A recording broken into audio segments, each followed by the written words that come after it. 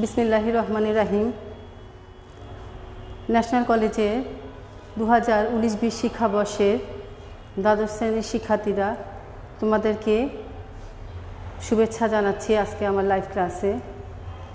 শিক্ষার্থীরা, নিশ্চয়ই তোমরা এত সময় আমার সাথে সংযুক্ত হয়েছো।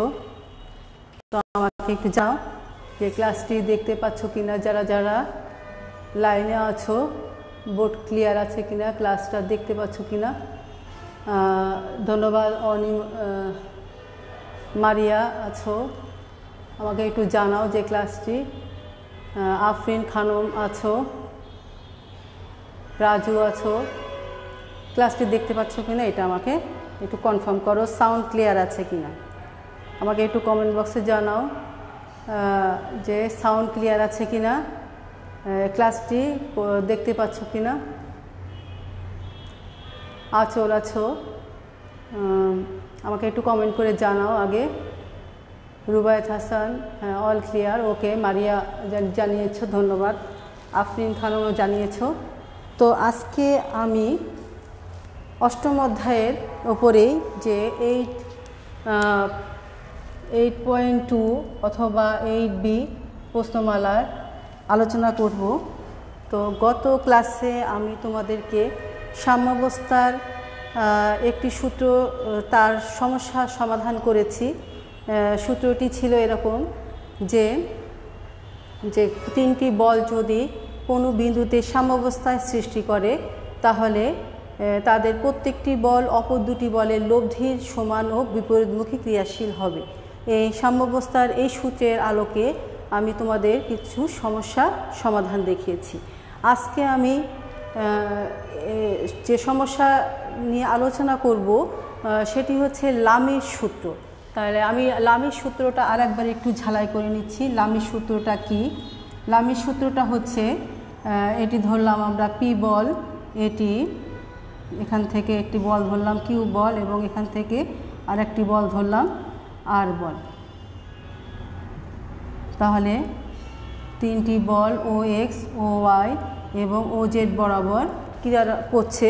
তাহলে যদি তারা ও বিন্দুতে ভারসাম্য সৃষ্টি করে, তাহলে প্রত্যেকটি বল অপর দুটি বলের অন্তর্গত কোণ, তাহলে কোণের পরিমাপটা, এটাকে যদি আলফা হয় এটা হবে বিটা, এবং এই কোণটা অর্থাৎ পি ও কিউ বলের মধ্যবর্তী কোণ আলফা, কিউ এবং আর বলের মধ্যবর্তী কোণ বিটা, এবং আর ও পি বলের মধ্যবর্তী কোণ গামা যদি হয়।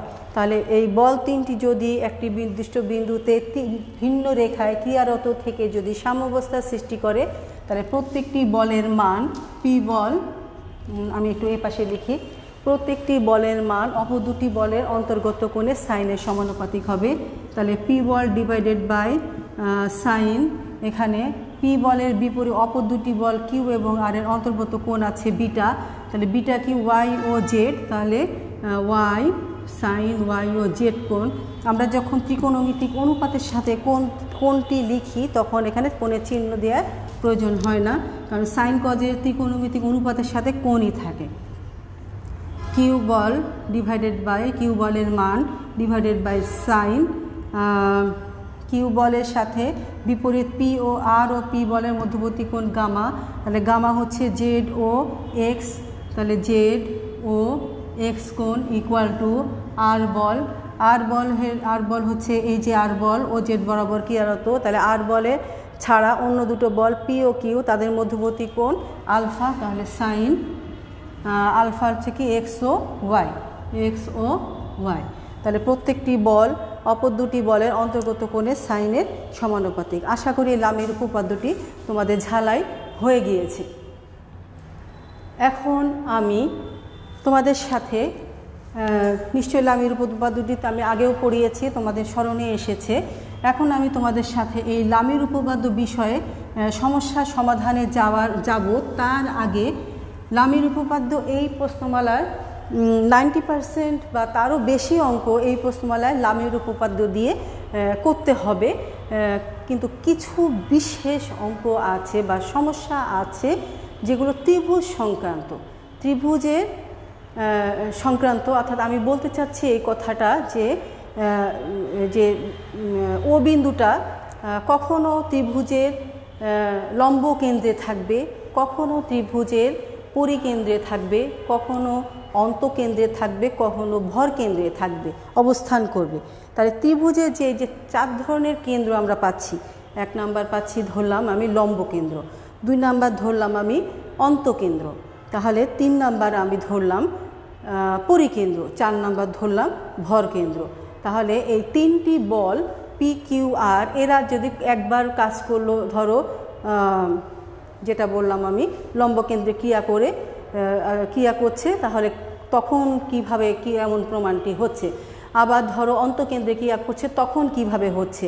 তাহলে আমাদের তো নিশ্চয়ই ত্রিভুজের লম্ব কেন্দ্র, অন্তকেন্দ্র, পরিকেন্দ্র, ভর কেন্দ্র এগুলো এক নয়। তাহলে আমাদের এই বিষয়টি এইগুলো আমরা স্কুল লেভেলে শিখে এসেছি যে কাকে লম্ব কেন্দ্র বলে, কাকে অন্তকেন্দ্র বলে, কাকে পরিকেন্দ্র এবং কাকে ভর কেন্দ্র বলে, কিন্তু হয়তো এই মুহূর্তে তোমাদের স্মরণে নেই। তো আগে এজন্য আমি এই বিষয়গুলো একটু স্মরণ করার জন্য চেষ্টা করছি। তো প্রথমে আমি আলোচনা করব ত্রিভুজের লম্ব কেন্দ্র, তারপরে আমরা আলোচনার শেষে আমরা কি করব, অঙ্ক করার চেষ্টা করব এখান থেকে। তো আমি প্রথমে আলোচনা করছি ত্রিভুজের লম্ব কেন্দ্র কি। লম্ব কেন্দ্র, শিক্ষার্থীরা লক্ষ্য করো লম্ব কেন্দ্র কি। আমি একটি ত্রিভুজ অঙ্কন করছি, যে কোনো পরিমাপের আমি একটি ত্রিভুজ অঙ্কন করলাম। এই ত্রিভুজের শীর্ষ এ বি সি একটি ত্রিভুজ। এই ত্রিভুজের শীর্ষবিন্দু থেকে বিপরীত বাহুর ওপর লম্ব অঙ্কন করতে হবে, তাহলে এডি লম্ব অঙ্কন হলো। এটি কিন্তু 90 ডিগ্রি। তারপরে এখান থেকে আমি এই ত্রিভুজের এখানে হতে পারে আনুমানিক এটি লম্ব অঙ্কন করলাম, তাহলে এটি হচ্ছে 90 ডিগ্রি। তাহলে দুটো আঁকতে পারলে আমরা আর একটা এমনি পেয়ে যাব। এটি হচ্ছে এখানে যদি 90 ডিগ্রি হয়, এটা বিই, এটা সিএফ। তাহলে এই লম্ব কেন্দ্র ত্রয় যে বিন্দুতে মিলিত হলো, আমি ধরলাম বিন্দুটি ও, এই ও বিন্দুই হচ্ছে এটি লম্ব কেন্দ্র। তাহলে আমরা যদি সংজ্ঞা আকারে ব্যাখ্যা করি, তাহলে এটি হবে এরকম হবে যে কোনো ত্রিভুজের, শিক্ষার্থীরা লক্ষ্য করো, কোনো ত্রিভুজের শীর্ষত্রয় হতে বিপরীত বাহুর ওপর অঙ্কিত লম্বত্রয় এর ছেদবিন্দুকে ত্রিভুজের লম্বকেন্দ্র বলা হয়। চিত্রে এ বি সি এর লম্বকেন্দ্র ও। তাহলে কোনো ত্রিভুজের শীর্ষত্রয় থেকে এই একটি এ শীর্ষ, বি শীর্ষ এবং সি শীর্ষ ত্রয় থেকে বিপরীত বাহুর ওপর অঙ্কিত লম্বত্রয়, তাহলে এ বিন্দু থেকে শীর্ষ এ থেকে বিসি এর ওপর অঙ্কিত লম্ব এডি, শীর্ষ বি থেকে এসি বা সি এর ওপর লম্ব বিই এবং শীর্ষ সি থেকে এ বি এর ওপর লম্ব হচ্ছে সিএফ। এই লম্বত্রয় একটি নির্দিষ্ট বিন্দুতে ছেদ করেছে, সেটি হচ্ছে ও বিন্দু। তাহলে ও বিন্দু হচ্ছে এই এবিসি ত্রিভুজের লম্বকেন্দ্র। আশা করছি লম্বকেন্দ্র কি এটি তোমাদের স্মরণে এসেছে। এবার আমি আলোচনা করব ত্রিভুজের অন্তকেন্দ্র। অন্তকেন্দ্রটা কি লক্ষ্য করো, অন্তকেন্দ্র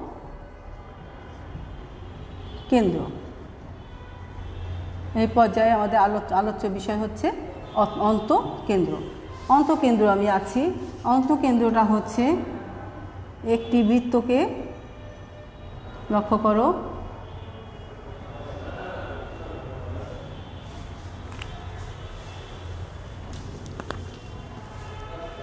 অর্থাৎ ত্রিভুজের ভিতরে যে বৃত্ত থাকে, ত্রিভুজের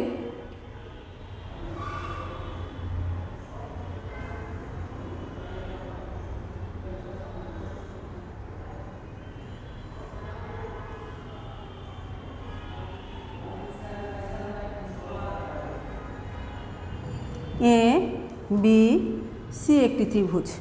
তাহলে ত্রিভুজের বাহুগুলো যদি কোনো বৃত্তে স্পর্শক হয়, আমি আবারও বলছি, ত্রিভুজের বাহুগুলো বা বাহুত্রয়, একটি ত্রিভুজে 3টি বাহু থাকে, কোনো বৃত্তের স্পর্শক হলে, তাহলে লক্ষ্য করে এখানে যে এখানে বৃত্তটি আছে, আমি ধরে নিলাম কেন্দ্রটি, কারণ তুমি যখন বৃত্ত আঁকবে তখন তো তোমার একটি কেন্দ্র থাকবেই। আমি তো একটা হাতে আমার কাছে কম্পাস নেই, তাহলে ত্রিভুজের বৃত্তকে স্পর্শ করছে এবি রেখা, বিসি রেখার একটি স্পর্শক এবং এসি রেখার একটি স্পর্শক। তাহলে ত্রিভুজের বাহুত্রয় কোনো বৃত্তের স্পর্শক হলে উক্ত বৃত্তের কেন্দ্রকে অন্তঃকেন্দ্র বলা হয়। এবং এক্ষেত্রে অন্তঃকেন্দ্র থেকে এই যে কোনো শীর্ষের, এখানে অন্তঃকেন্দ্র থেকে যে কোনো শীর্ষের সংযোজক রেখা, অন্তঃকেন্দ্র থেকে যে কোনো শীর্ষের সংযোজক রেখা কি করে লক্ষ্য করো, আমি একটু রেখাগুলো এখানেই, অন্তঃকেন্দ্র থেকে যে কোনো শীর্ষের সংযোজক রেখা, এখানে একটি এ ও সংযোজক রেখা, আর আরেকটি হচ্ছে ও বি, আরেকটি হচ্ছে ও সি। তাহলে এটা ও, আমি বলবো ও এ। অন্তঃকেন্দ্র থেকে যে কোনো বৃত্তের সংযোজক রেখা কি করে, এই উক্ত ত্রিভুজের সংশ্লিষ্ট কোণকে সমদ্বিখণ্ডিত করে। তাহলে আমি আবারও বলছি যে অন্তঃকেন্দ্র এবং যে কোনো শীর্ষবিন্দুর সংযোগ রেখা, অন্তঃকেন্দ্র থেকে যে কোনো শীর্ষের সংযোগ রেখা কি করে, সংশ্লিষ্ট কোণকে সমদ্বিখণ্ডিত করে। তাহলে এখানে সংখ্যাটা আমরা আরেকভাবে অনেকে ব্যাখ্যা করে যে কোনো ত্রিভুজের সমদ্বিখণ্ডক, কোনো ত্রিভুজের শীর্ষত্রয়ের সমদ্বিখণ্ডকগুলো যে বিন্দুতে মিলিত হয় সে বিন্দুকে অন্তঃকেন্দ্র বলা হয়। কোনো ত্রিভুজের শীর্ষত্রয়ের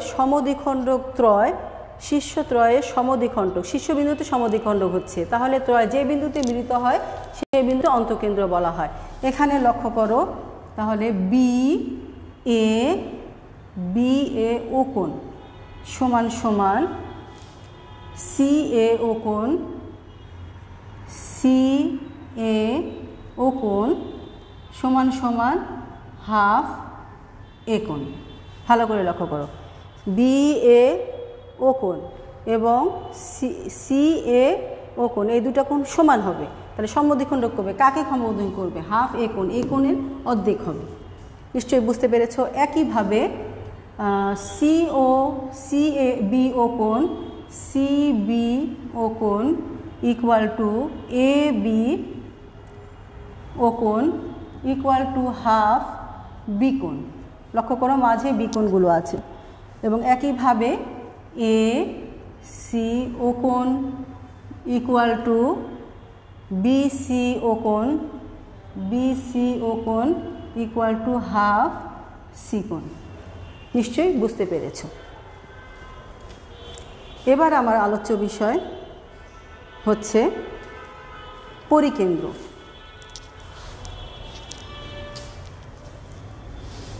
আমি এখন আলোচনা করব পরিকেন্দ্র। পরিকেন্দ্র কি? পরিকেন্দ্র হচ্ছে কোনো ত্রিভুজের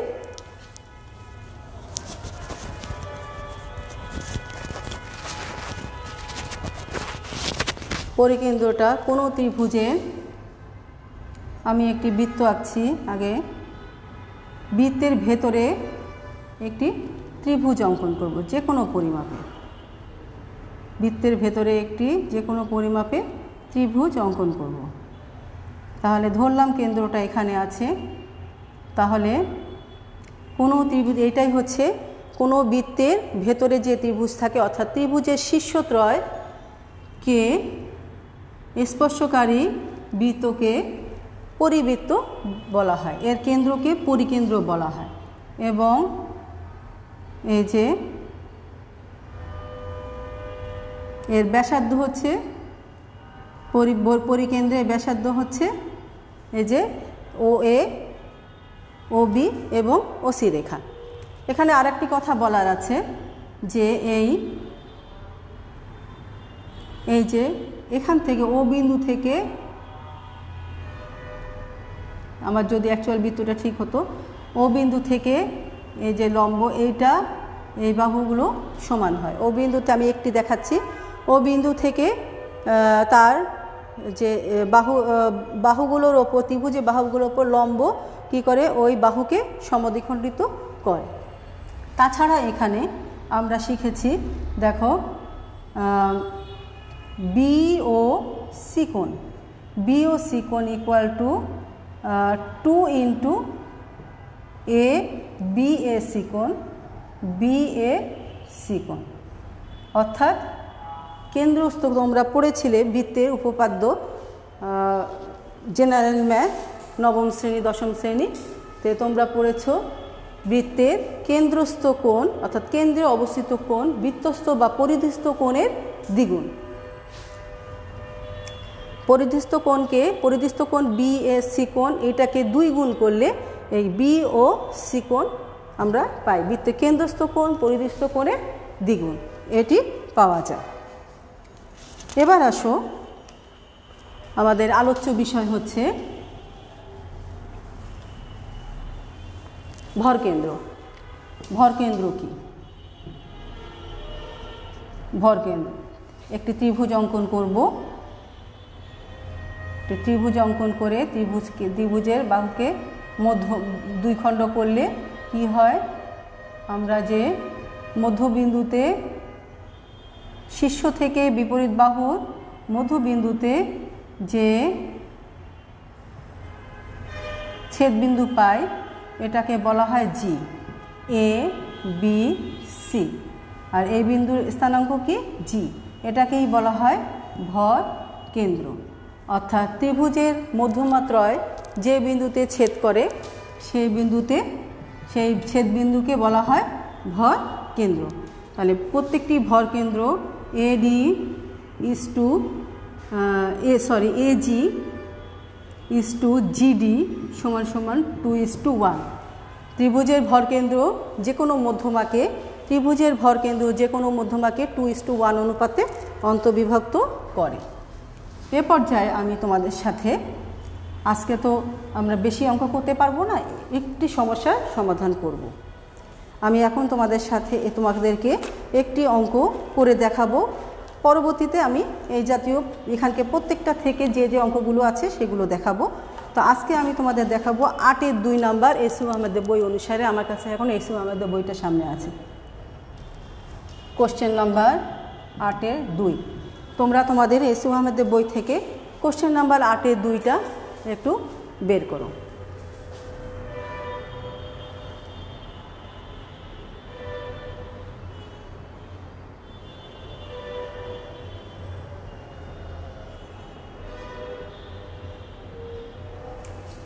কোশ্চেন নাম্বার 8-এর 2। আমি প্রশ্নটি বোর্ডে লিখছি, তোমরা লক্ষ্য করো এবং তোমরাও বইটা বের করো। পি কিউ আর মানের বলত্রয় ত্রিভুজ ABC এর A, B, C কৌণিক 3টি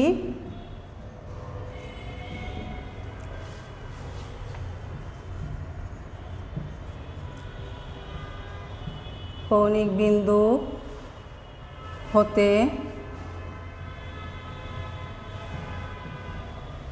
যথাক্রমে বিপরীত বাহুর লম্বা ভি মুখী দিকে ক্রিয়ারত থেকে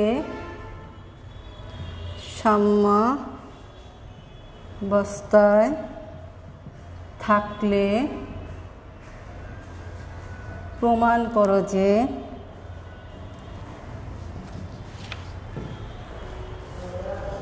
P is to Q is to R equal to A is to B is to C। প্রিয় শিক্ষার্থীরা, আমি প্রশ্নটি আবার পড়ছি, লক্ষ্য করো তোমরা। P Q আর মানের বলত্রয় ত্রিভুজ এবিসি এর এ বি সি তিনটি কৌণিক বিন্দু হতে যথাক্রমে বিপরীত বাহুর লম্বভাবে লম্বাভিমুখী দিকে ক্রিয়ারত থেকে সাম্যাবস্থায় থাকলে প্রমাণ করো যে P/Q/R = A/B/C। এই ABC কিন্তু ত্রিভুজের বাহু নির্দেশ করে। তাহলে প্রমাণ। তাহলে এই অঙ্কটি আমাদের কি লম্বাভিমুখী ক্রিয়া করছে। তাহলে আমি একটি ত্রিভুজ অঙ্কন করছি, লক্ষ্য করো।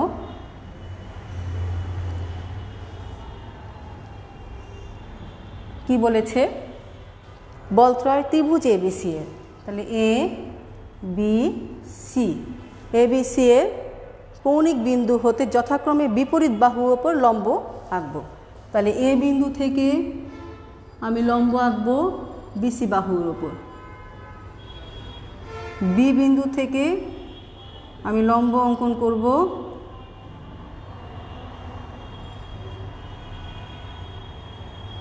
শিক্ষার্থীরা লম্ব হতে হবে, অঙ্কন করব এবং আরেকটি দুটো লম্ব আঁকতে পারলে তোমরা অবশ্যই স্কেল ব্যবহার করবে। স্কেলের সাহায্যে কিভাবে লম্ব অঙ্কন করা যায় সেটি আমি আগে শিখিয়েছি। তাহলে এডি, এখানে লম্ব এঁকে আমরা একটু বলগুলো বর্ধিত করে দেখাবো। এখানে লক্ষ্য করো, লম্বাভিমুখী মানে লম্ব বলেনি, লম্বভাবে ক্রিয়ারত থাকবে PQR বলত্রয়, এভাবে হবে। তাহলে এটি P বল, এখানে Q বল এবং এখানে R বল ক্রিয়ারত হবে। এটা D বিন্দু, এটা E বিন্দু আর এটি F বিন্দু। তাহলে লম্ব কেন্দ্র হচ্ছে O। তাহলে আমরা লিখব হচ্ছে, মনে করি ত্রিভুজ এবিসি এ,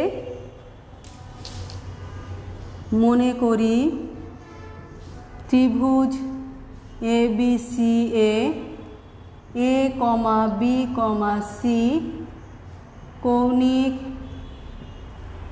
বিন্দু হতে অঙ্কিত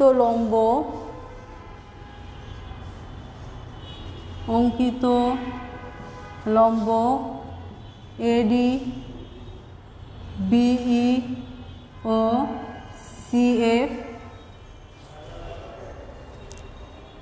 বরাবর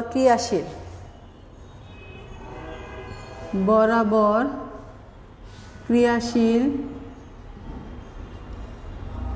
যথাক্রমে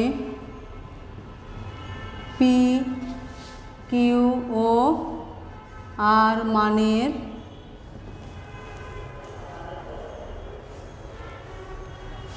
বলত্রয়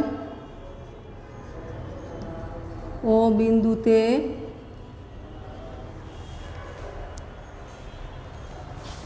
সাম্যাবস্থার সৃষ্টি করে।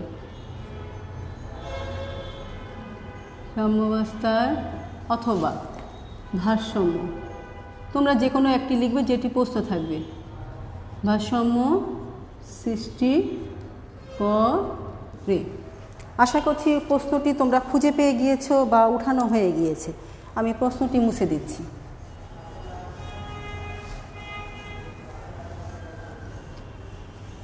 তাহলে লক্ষ্য করো, মনে করি ত্রিভুজ এবিসি এ ABC কৌণিক বিন্দু হতে অঙ্কিত লম্ব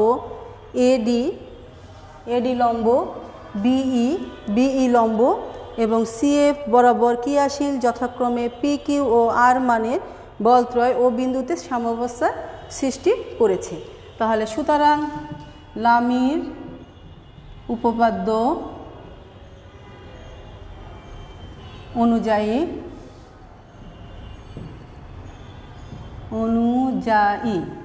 অনুযায়ী দেখো P বল, তাহলে P বল ডিভাইডেড বাই সাইন Q ও R বল। দেখো Q ও R বলের মধ্যবর্তী কোণ E ও F, তাহলে সাইন E ও F কোণ ইকুয়াল টু Q বল এবং Q বল ছাড়া উল্টা দিকে অপর দুইটা বল F কত আর এবং পি, আর এবং পি এর মধ্যবর্তী কোণ DOF, D sine DOF equal to R বল ডিভাইডেড বাই সাইন আর বল তার উল্টা দিকে এই যে ও বিন্দু থেকে কিউ বল এবং পি বলের মধ্যবর্তী কোণ ই ও ডি বা ডি ও ই।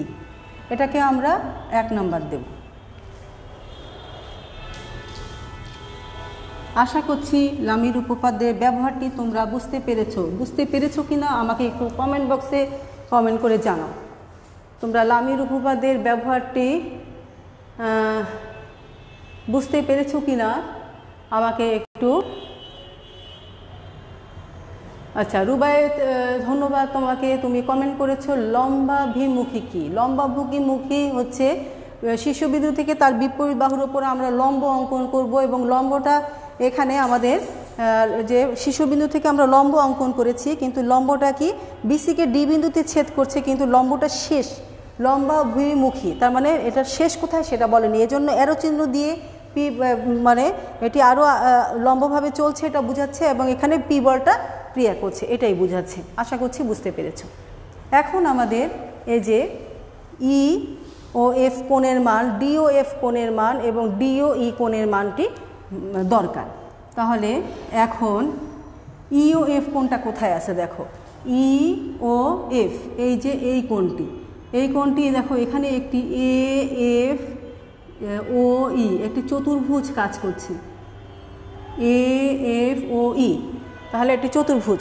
এখন এ এফ ও ই চতুর্ভুজে চতুর্ভুজ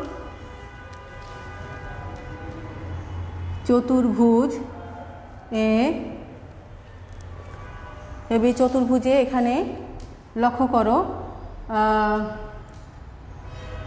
এ এফ ও কোণ ইকুয়াল টু এ ই ও কোণ ইকুয়াল টু π/2। এখানে লক্ষ্য করো কেন π/2, এ এফ ও কোণ এবং এ ই ও কোণ এটা হচ্ছে এই যে এখানে আমরা তো লম্ব এঁকেছিলাম, এফ বিন্দুতে একটি লম্ব, ই বিন্দুতে একটি লম্ব, তাহলে π/2 মানে এই দুটো সমান কোণ এবং তাদের মান 90 ডিগ্রি, π/2। তাহলে বাকি এই চতুর্ভুজের অবশিষ্ট কোণ আছে এই যে এই ই এ এফ কোণ এবং ই ও এফ কোণ। তাহলে এখন ই বা এখানে লিখি তাহলে ই ও এফ কোণ যোগ ই এ এফ কোণ, ই ও এফ কোণ আর এফ কোণ সমান সমান আমরা জানি চতুর্ভুজের 4 কোণের সমষ্টি 360 ডিগ্রি। তাহলে 360 ডিগ্রি থেকে যদি 90 আর 90 180 চলে যায় তাহলে থাকে 180। তাহলে ইমপ্লাইজ দ্যাট ই ও আমাদের দরকার ই ও এফ কোণের মান, ই ও এফ কোণ সমান সমান পাই মাইনাস ই এ এফ কোণ। তাহলে এটাকে আমরা লিখতে পারি অতএব ই ও এফ কোণ সমান সমান পাই মাইনাস ই এ এফ কোণ হচ্ছে ত্রিভুজের এ কোণ, ই এ এফ কোণ হচ্ছে ত্রিভুজের এফ কোণ। আচ্ছা রুবায়েত, তুমি আবারও বলেছো ব্যাপারটা বোঝোনি। আসলে ব্যাপারটা হচ্ছে ত্রিভুজের শীর্ষ থেকে লম্বাভিমুখী মানে লম্ব বরাবর বলগুলো আঁকতে বলেছে। তাহলে এ বিন্দু থেকে আমরা বিসি বাহুর ওপর লম্ব এঁকে লম্বটা সীমানা এখানে আমাদের যদিও আমাদের ত্রিভুজের বাহুতে ছেদ বিন্দুটায় কাজে লাগে, কিন্তু এটা লম্ব মানে শেষ সীমানাটা বলেনি, এই জন্য লম্ব দিকে এটি আঁকা লাগবে। ত্রিভুজের মানে শীর্ষ থেকে লম্ব আঁকবো, শীর্ষ থেকে লম্ব আঁকবো, এটাকে লম্বভিমুখী বলা হচ্ছে। এরপরে দেখো এখানে আমি লিখছি, তাহলে তদ্রূপ আমরা একইভাবে আমরা DOF D O F. D O F কোথায় আছে? ডি ও এফ এই কোণটা হচ্ছে H B F O D ত্রিভুজে, তাহলে একইভাবে প্রমাণ করা যায় এটা সমান সমান পাই মাইনাস বি কোণ, এবং ডি ও ই কোণ সমান সমান পাই মাইনাস সি কোণ। ডি ও ই কোণ যদি আমরা এই যে প্রমাণটি করতে পারি যে এ ও এফ ও কোণ সমান সমান এ ই ও কোণ সমান 90 ডিগ্রি, তাহলে এই চতুর্ভুজের অবশিষ্ট 360 থেকে 90 যদি 180 চলে যায়, তাহলে অবশিষ্ট দুটো কোণের যোগফল হচ্ছে 180 ডিগ্রি। তার মধ্যে একটি কোণ হচ্ছে 180 মাইনাস অপর কোণটি, তাহলে এই অপর কোণের মান হচ্ছে যেটা এ কোণ ই এ এফ কোণ, এটা হচ্ছে ত্রিভুজের একটি শীর্ষবিন্দুতে অবস্থিত কোণ যেটা এ কোণ। একইভাবে তদ্রূপ আমরা যদি এই দ্বিতীয় চতুর্ভুজ থেকে একই কাজ বারবার করার দরকার নেই, তাই আমরা তদ্রূপ লিখে দিব। আমরা যদি ই ও ডি বি কাউন্ট করি, তাহলে আমাদের ডি ও এফ কোণ হবে হচ্ছে 180 মাইনাস বি কোণ, এবং ডি ও ই কোণ হবে 180 ডিগ্রি মাইনাস সি কোণ। আশা করছি বুঝতে পেরেছ। এখন আমি এই লামির উপপাদ্যের মধ্যে এই মানটি বসিয়ে দেব, মানগুলো বসিয়ে দেব। তাহলে 1 নংয়ে, তাহলে অতএব 1 নং হতে পি বল divided by sine E O F কোণের জন্য আমরা পাচ্ছি পাই মাইনাস এ কোণ equal to Q divided by sine pi minus B কোণ equal to R divided by sine pi minus C কোণ। আমাদের লামের উপপাদ্যের ব্যবহার হয়ে গিয়েছে। এখন দেখো আমি এটা মুছে দিচ্ছি। এবার আসো, আমরা জানি যে সাইন 180 ডিগ্রি মাইনাস থিটা সমান সাইন থিটা, তাহলে sine A equal to Q sine B কোণ equal to R sine C কোণ। শিক্ষার্থীরা এবার লক্ষ্য করো, এবার আমাদের প্রমাণে এটিও কিন্তু একটি প্রমাণ যে বইতে আছে, তাহলে এটাকে আমরা 2 নাম্বার দেব। এখন আমাদের এই সাইন এ সাইন বি এবং sine C K A B সিতে রূপান্তর করব কিভাবে? আমরা সপ্তম অধ্যায় ফার্স্ট ইয়ারের সপ্তম অধ্যায়ে যে 7.7 প্রশ্নমালা বা 7 আয় প্রশ্নমালা এবিসি ত্রিভুজের এ বাহুর বিপরীত বাহু এ বাহু, বি বাহুর বিপরীত বি এ কোণের বিপরীত বাহু এ বাহু, বি কোণের বিপরীত বাহু বি বাহু এবং সি কোণের বিপরীত বাহু সি বাহু হলে আমরা সাইন সূত্র পড়েছি। সাইন সূত্র, সরি আমি এটি চিত্র আর দরকার নেই, আমার চিত্রটি মুছে দিচ্ছি। আমরা সাইন সূত্র পড়েছি, ত্রিভুজের সাইন সূত্র, সেটি হচ্ছে A divided by sine A equal to B divided by sine B কোণ equal to C divided by sine C কোণ ইকুয়াল টু 1/k ধরে 1/k ধরি।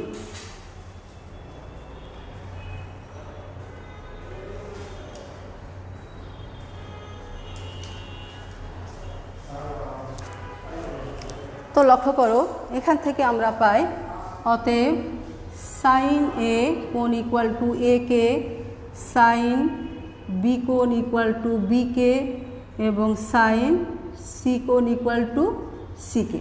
শিক্ষার্থীরা এটি আমাদের চিত্রটা দরকার নেই, কিন্তু আমাদের এটি আমরা দেখাতে হবে। তো আমরা এখানে লিখব যেভাবে আমরা জানি ত্রিকোণমিতি